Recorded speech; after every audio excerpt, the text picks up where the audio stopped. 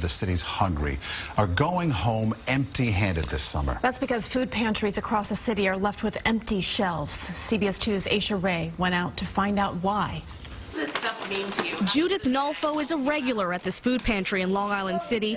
Each week, she depends on it. If you, run short of money sometimes, or if you need something, that's what helps you out. The pantry, owned by the New York School of Urban Ministry, serves hundreds like Nolfo every month.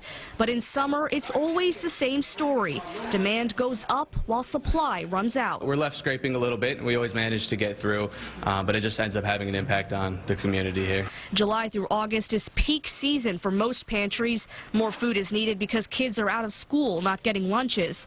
But it's also the beginning of the fiscal year. That means city and state funding is not yet in, and pantries like our children are left with empty shelves. Many times we have to have participants choose between a milk or a juice. We'd love to give them both, but we just can't. It's impossible.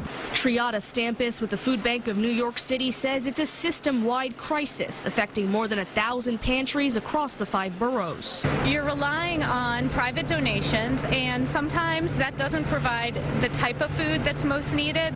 At Our Children, Manzioni says clients start lining up 3 hours before opening. They're afraid that they'll get, they won't be able to get the food. If they're first online, they will. So is the city helping? In a statement, the mayor's office told us the Human Resource Administration's Emergency Food Assistance Program is actively working with partners to increase the capacity and food supply of emergency food programs throughout the 5 boroughs. They say they've added $4.5 million to this year's budget to close the gap. For now, all these pantries can do is sit and wait for the money. In Long Island City, Esha, CBS 2 News.